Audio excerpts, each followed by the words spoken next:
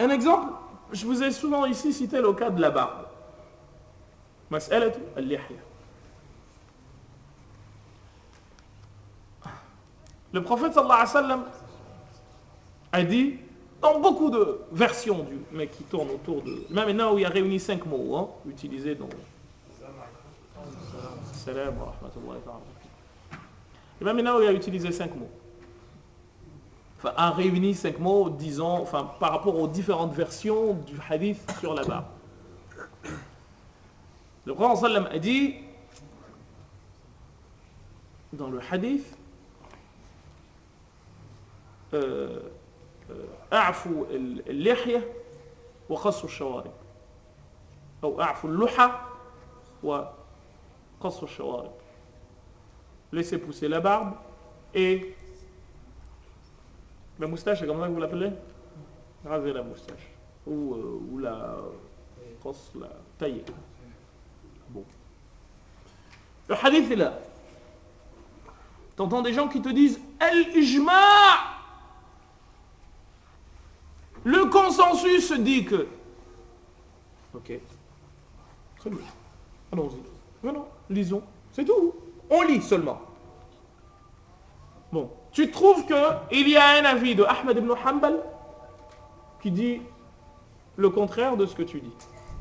Un avis qui est apparenté à Ahmed ibn Hanbal, au Hanabil, dans lequel on vous dit que il n'est pas haram de raser la barbe, mais qu'il est déconseillé parce que c'est considéré comme une tradition urf, et que c'est aller à l'encontre de la urf, la tradition, les habitudes. Tu viens chez les Shawafi'a. Vous savez, chez les Shafi'ites, il y a des gens qu'on appelle Ahlul Wugur. C'est parmi les gens très très hauts. Et dedans, vous trouvez des gens comme un monsieur qu'on appelle Al-Baz ou Al-Ashhar, dans la jurisprudence shafi'ite, qui s'appelle Ahmed ibn Surayk. Ou vous avez des gens comme même Al-Juwayni, ou des gens comme Abu Ishaq al-Isfirayni, qui vous disent, l'imam al-Isfirayni, pardon, Abu Ishaq al-Shiraz et l'imam al-Isfirayni, et qui vous disent quoi? Qui vous disent que, en fait, notamment l'imam Ibn Jurayj et qui l'Isfirayni, qui vous disent que non, c'est pas haram de raser la barbe. Vous venez chez les Malikites, Al-Qadi Iyad vous dit le même raisonnement que celui de qui? Que celui de Hanabila. Et ensuite on te dit l'ijma'. Premièrement. Donc ça c'est juste une petite parenthèse pour que vous vous rendiez compte que souvent ce mot-là est mis à un endroit dans des situations qui ne sont pas véridiques. Ensuite, vous avez maintenant le nas, le texte lui-même. On vous dit en arabe fil amri thalathatu umurin mushtaraka. Il y a 3 choses dans l'injonction qui se retrouvent ou qui peuvent se retrouver, une parmi les 3. Imma al-amru ya'ni al-wujub, soit l'injonction veut dire l'obligation, wa imma ya'ni al-istibaha al-istihab al-ibaha afwan, soit l'injonction signifie comment dire, le fait de dire que c'est halal, donc c'est permis, il faut la permissivité, la légalité. Wa imma akhiran ya'ni al-istihbab. Ou au contraire, l'injonction signifie que c'est recommandé. Je vais me dire, Mohammed, ça veut dire quoi? Vous prenez le hadith. Un hadith qui est à l'impératif. Comme celui dans lequel le prophète sallam dit Tanakahu, takatharu, fa inni ubahi bikum al-umama yawm al-qiyamah. Mariez-vous, multipliez-vous, car je m'enorgueillerai de votre grand nombre le jour du jugement, a dit le prophète sallallahu alayhi wa sallam.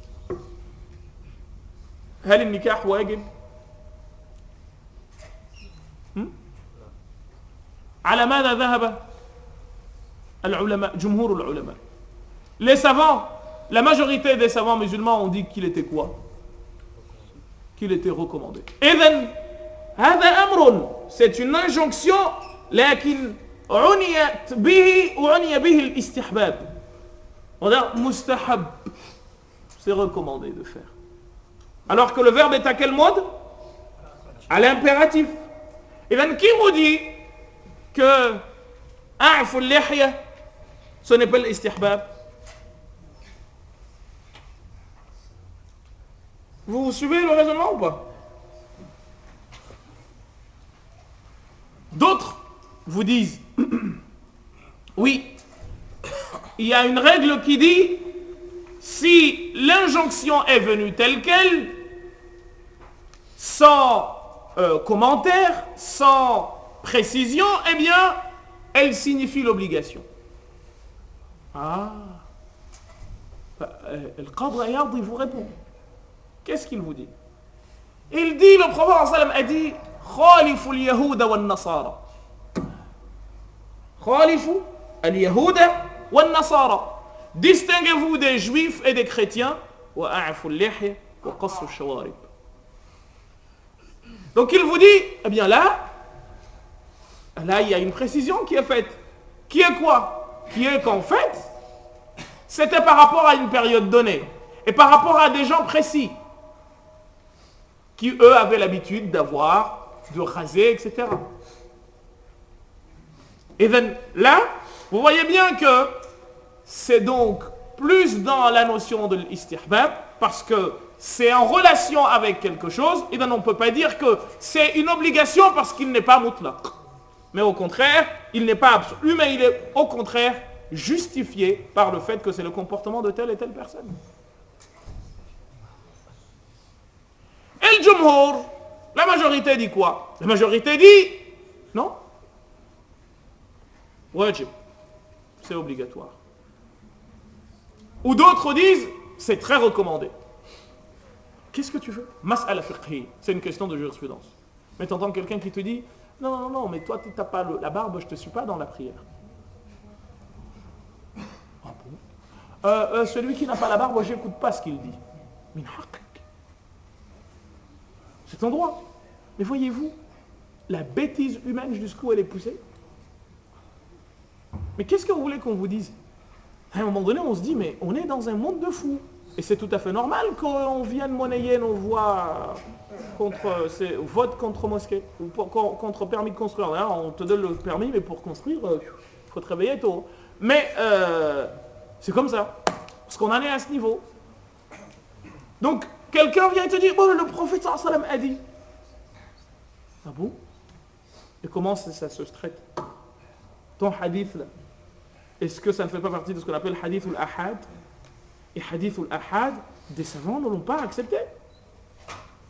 Est-ce que tu leur imposes ta façon à toi de voir les choses? Alors qu'Allah subhanahu wa ta'ala a demandé au prophète sallallahu alayhi wa sallam de dire aux gens la chose ou les choses et ensuite de les laisser mettre de leur décision. Lasta alayhim bimusaytir.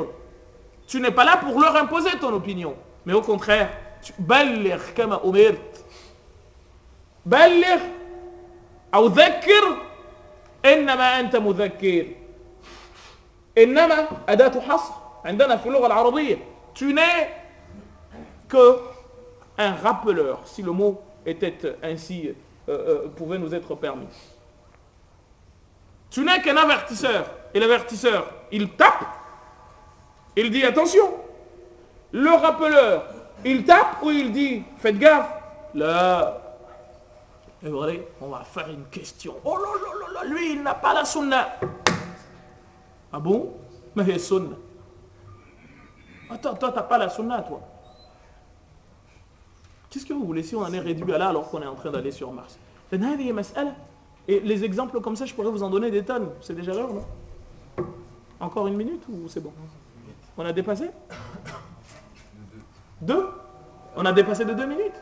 خلاص. On va suivre, Inch'Allah. جعلنا الله وإياكم من الذين يستمعون القول فيتبعون أحسنه وصلى اللهم وسلم وبارك على سيدنا محمد وعلى آله وصحبه والحمد لله رب العالمين. On va continuer, Inch'Allah, juste après pour vous dire quelques passages.